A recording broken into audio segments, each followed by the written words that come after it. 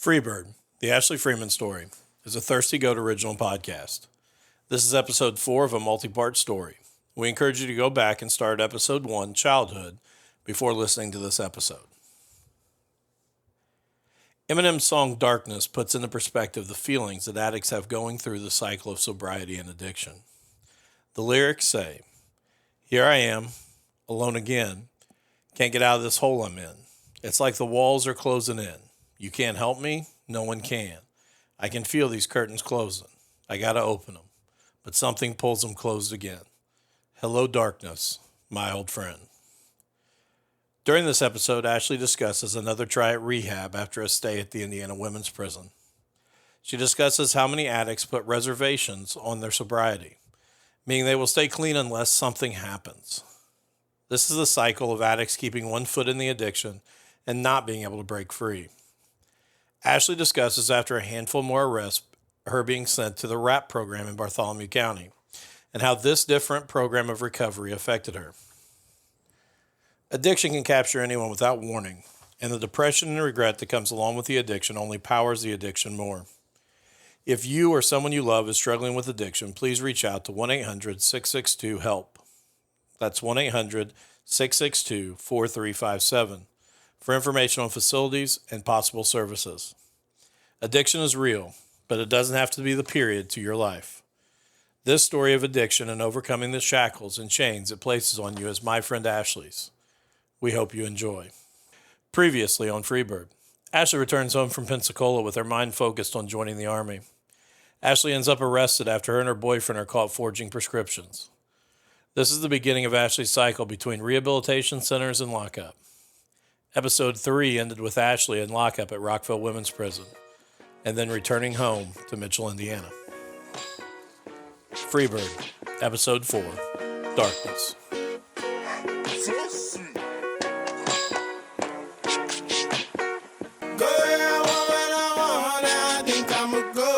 And I'ma see Arizona, I've been in Georgia.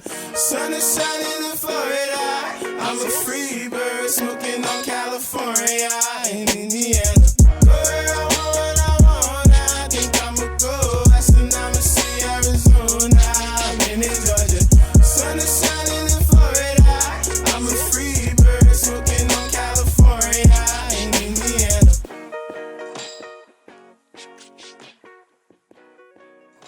She's got my son. My mom and her husband had split up.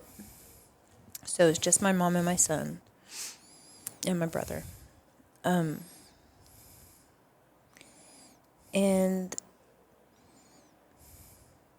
I hooked back up with my boyfriend that I had gotten in trouble with, the guy that I got in trouble with.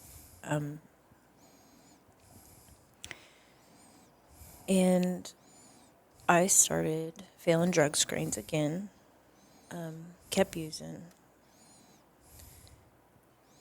And my parole officer at the time was Mariana Moore, who runs this here now. She helps run it, JJCC. And she was just one of the most caring people. One of those people you could just be completely honest with, completely real with. At first, I didn't see that, though. When I had failed the drug screen that led me to the violation that led me to prison, I was honest with my probation officer, and she told me she wasn't going to violate me. And then she did, and then she sent me to prison. So I was not trying to trust anybody in authority, Rejection again. Yes. So I had to learn the hard way a little bit with Mariana. When I screwed up, she was just trying to help me. She was trying to find me. She was trying to make sure I was okay, and I ran from her, There was I was working at Subway when I got out in Bedford. There was one night when I got high at work, and I left, and Mariana was literally at my mom's house looking for me, just sitting there. And I shut my phone off. I was terrified to go home because I thought she was taking me back to jail, you know. She didn't. She just wanted to make sure I was okay. So, she was like, do you need rehab? Do you need something? And I'm like, no, I'm fine. No, I'm fine, you know. So we went through that a few more times, and I was doing heroin then, and I kept going to work high, you know, because at the time, I mean, you can get out and you come back to the same place. We had Facebook, we had social media, you know, my friends found me, you know, and if it wasn't, hey, I got this, it was, do you have this, you know. They all knew where I lived. They all knew where my mom lived, you know, and it was always there. So finally, Mariana says, get your shit, you're going to rehab. And I got my shit somewhat together and stayed out all night the night before. And she was going to take me to rehab the next day. And my mom told me to get up. She was going to work. And I didn't hear her. So I woke up to Mariana and one of the sheriffs in my living room, and they're like, you're not going to rehab, you're going to jail. We're done, you know. So got all my stuff together, all my whites, you know, begged Mariana to let me bring them. And she took me to jail, and she said, I'm taking you back to DOC. This is your parole violation. And she's like, you're going to go to maximum security this time, which Rockville was, but IWP was a little bit harder. They're both high levels. You know, when you get in trouble at one prison, or in her case, IWP was closer. So she took me there. So I sat out parole time, which was a few months at the time, and they released me again.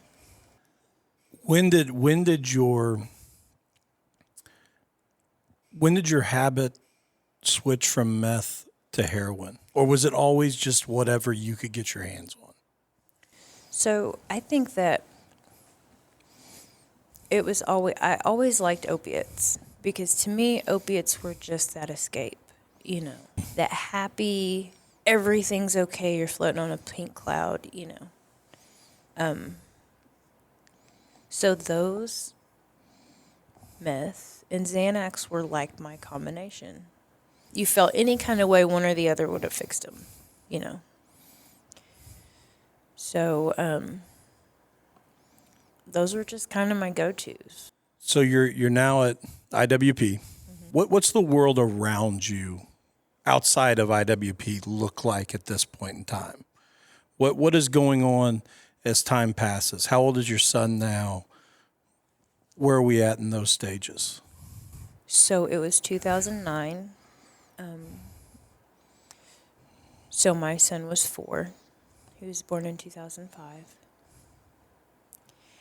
And my mom was so mad at me that she wouldn't talk to me the whole time I was there.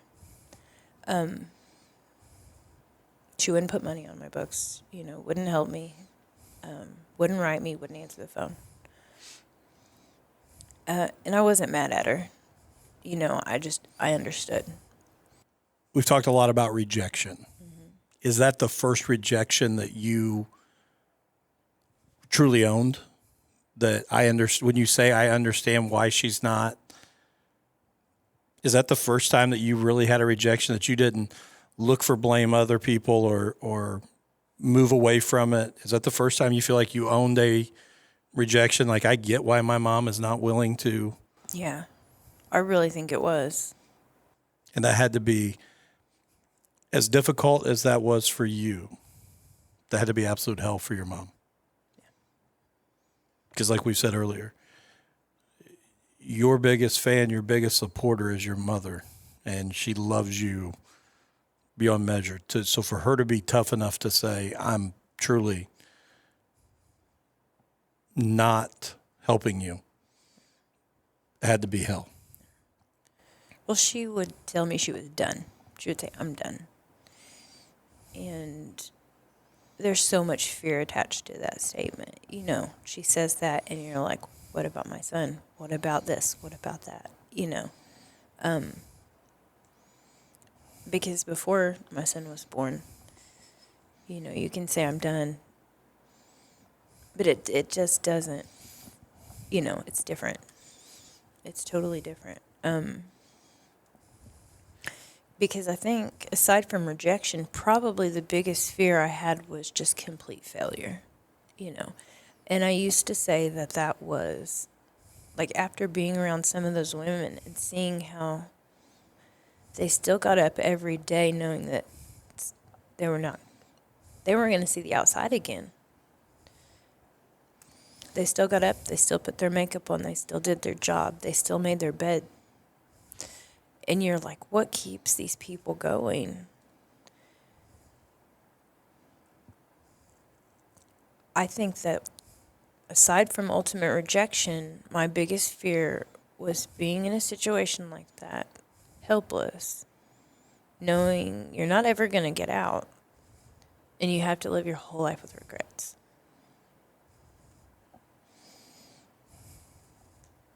And your kids have to grow up without you, and your family has to just accept that you're never going to be there.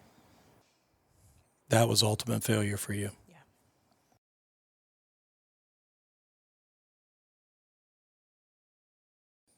My mom was mad at me. She was not helping me. She was not answering the phone. She was mad. I was there for 2 or 3 months. And I ended up my parole officer took me to the recovery house when I was done.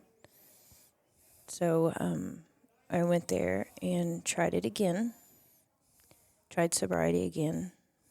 I was kind of forced, but I still wanted to try. Ended up trying to stay in Bloomington at that point.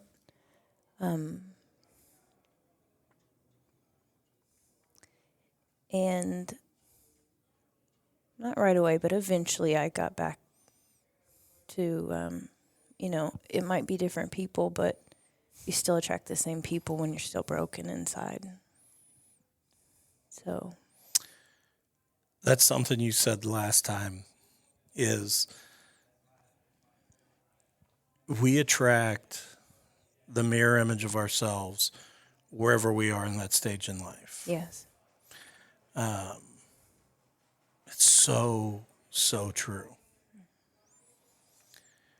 Because there's comfort in knowing that person feels just like I do. Yeah.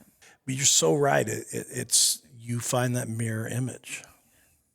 That's why it's so important to surround yourself with people who are on the same path as you, who have the same ideas and goals and motivations. Sometimes you have to hang out with people who are where you want to be 5 years from now to figure it out, because eventually that's where you'll be.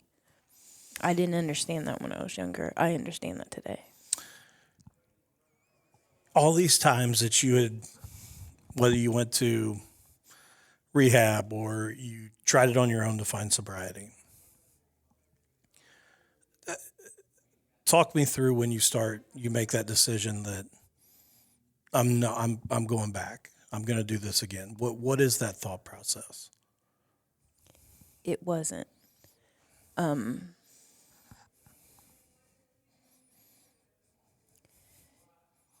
It is more like you find yourself surrounded, like, at every stage. I remember for a while, it wasn't a question. I did not want to give up drugs. I didn't want to give up substances. When I would go through a class or a rehab or any kind of period of sobriety, and it was forced, I felt like there's no way. I can do this for a little while. I'm not doing it forever. I'm not going to do it. I can't. I don't want to. And that was the bottom line. I did not want to.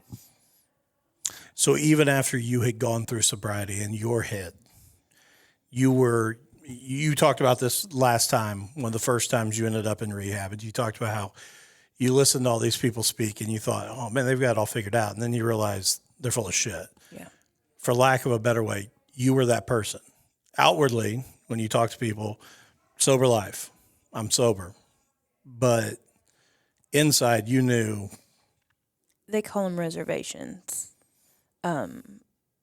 If this happens, I'll use. If this happens, I get through probation. If somebody dies, natural disaster, anything, you can use anything as a reservation. I can stay sober. I can do this as long as. And you build up so many of them, you're going to. Yeah. Yeah. I mean, you will go where you'll follow your mind, if your thoughts are there, you're going to go back there. In whatever way it happens, that's just how it's going to happen. So when you start falling back in with those people, and even like you just said, when you were in Bloomington, it may be a different crowd, but it's the same crowd. Mm-hmm. Do they know you're sober, or do you just not even bring that up with them? So this particular time, I had gotten out of prison, went to the recovery house.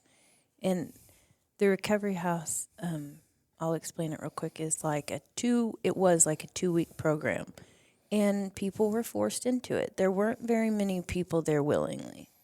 So what people did was, get everybody else's numbers and, hey, let's go hang out, and hey, let's do this. And, you find a new little tribe of people, and before you know it, whether it's your intention or not, you're in the middle of a bunch of other people's shit too, It just puts you right back in with for lack of a better way, it threw you right back in with a group of the same stuff. Yeah. And it's interesting, and this is kind of off subject, but I would be really interested in your point with it. So much of what we try to do in rehab, and you would know much better than me even, but we don't do a ton of what you just talked about earlier, is putting people with, at times we do, but don't do a ton of putting people with people they want to be in 5 years. Do you think that is part of why the recovery and rehab fails?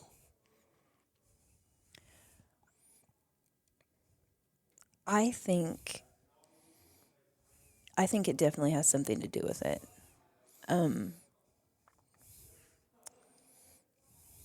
I know that, in your average rehab center facility, they have the intentions on helping people. There is no perfect plan, and there's people who just have good intentions trying to help.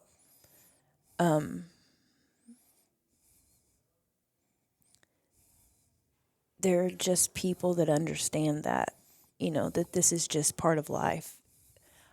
I remember a long time ago my stepdad telling me that. Show me your friends, I'll show you where you're going to be in 5 years. Back then I didn't grasp it. I thought he was just, dogging on my friends. Like, I didn't realize the importance of it. I think it definitely could help people because, in any place, you get in there and you've got a bunch of broken people and you have people coming off of everything, coming from loss and all these different places in life. And you put them with other people like that for programming for anything, and that's what they do. They cling to each other. And then they create new problems with different faces and different, names and titles, and it just keeps going.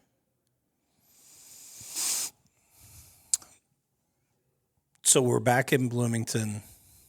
We've fallen back into a group. Where does your story go from there? So I got in more trouble in Bloomington. Over the next few years, I believe it was an OWI, a theft,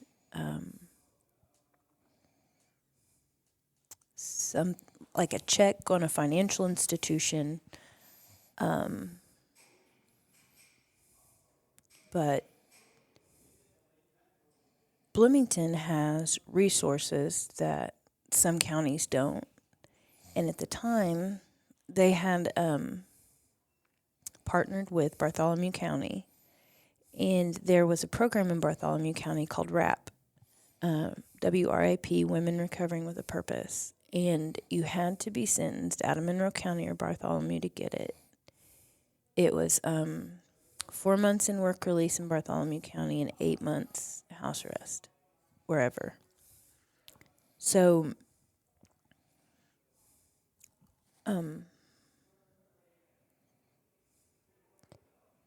I eventually get taken to this program out of Monroe County, and it was one of the best things that had ever happened to me. It was a great program. There was several girls in there. It was all women. And they had a little bit of a different approach to treatment.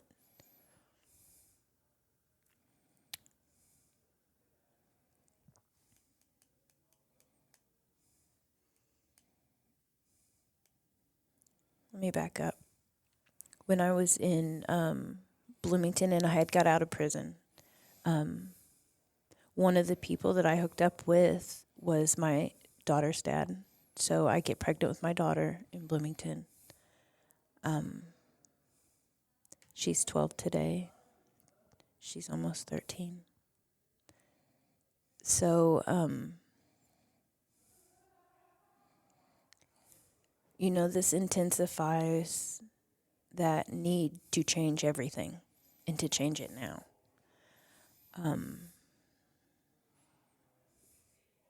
But that also brings me back to you can't change things. You can't change anything for anybody other than yourself. It just will not work.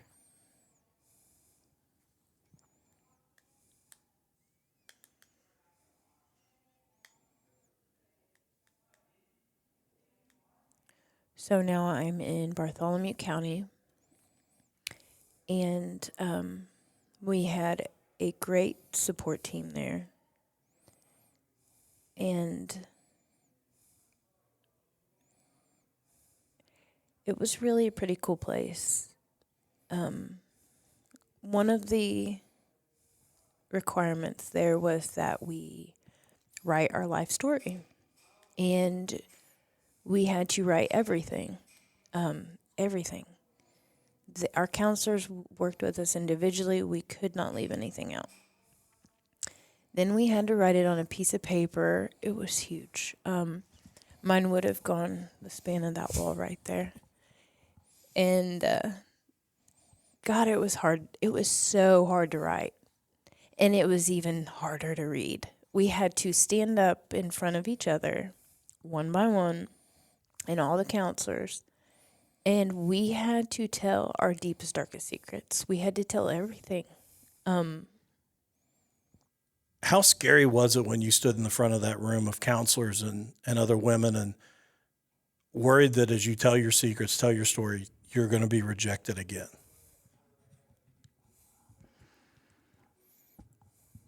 I mean, it was scary. I didn't like to talk in front of people yet. I wasn't comfortable with it. We had to stand. Everybody stops and stares at you, and you have I believe it was 5 to 7 minutes that we had to be up there talking. We couldn't rush it. So yeah, it was terrifying. But when it's over and you get through it and you look around the room and you see all these grown women crying with you, for you, and they get up and they hug you and they completely accept you. And it wasn't just me. Every single one of us had to do this. And I'm not comparing myself to anybody, but to hear some of what these other women went through. And they still get up with a smile. And it gave me a new perspective on it too, because there were things that even being, an addict like everybody else, there's some things that I used to kind of judge in other people. I can't understand how she would do this, or I can't understand, and you see it and you hear your friends and you see how hard it is for them to do this and how much they hate themselves for what they've done. And you can accept them and love them after that. That heals both of you. And it changes your perspective on people. It's amazing. And, we talked earlier about how so many people don't want to try and understand other people. But I can tell you that when I left here the last time we recorded and got back home, I was so excited, so filled up, so proud of you. Like my wife and I ended up standing in our garage till probably 11 o'clock just talking, just because I would just bounce around. I'm like, she's doing so well and she's got this. And I think what you just said is so powerful, because I know that this is going to help you get your story out, but me understanding your story helps me. And that's selfish to say it that way. I hate saying it that way, but it does, because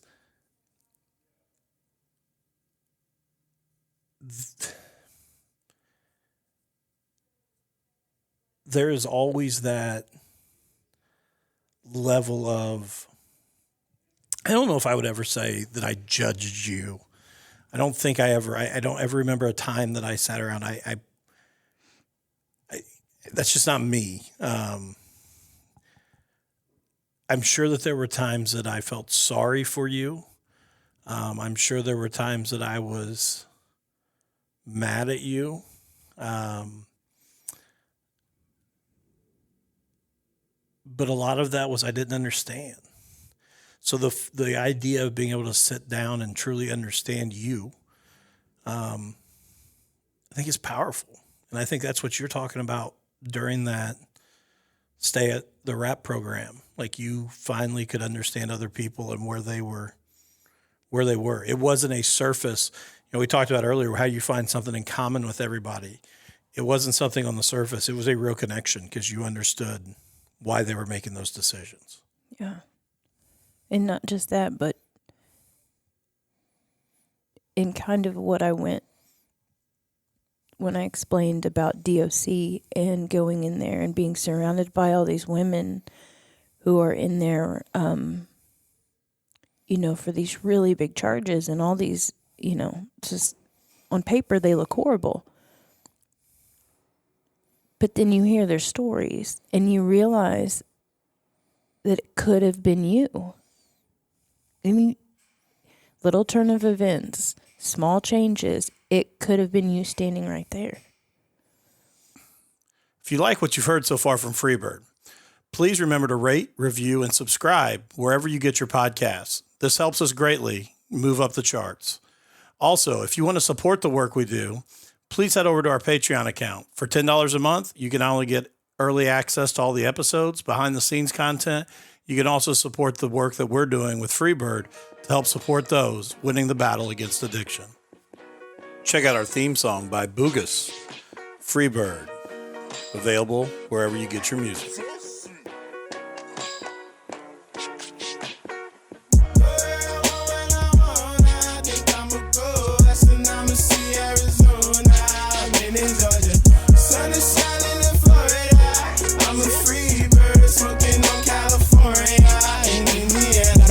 Bull Mountain Jupiter. Stand still, now you're close to the Lucifer. Got a Colt 45 trying to loosen up. Got a buzz online trying to boost it up. Got a dad and a mom trying to make him proud. Got a bag and a bong trying to bake a pound. I'ma up my ante, touch my Grammy, go my family down to Miami. No, they can't control my visa.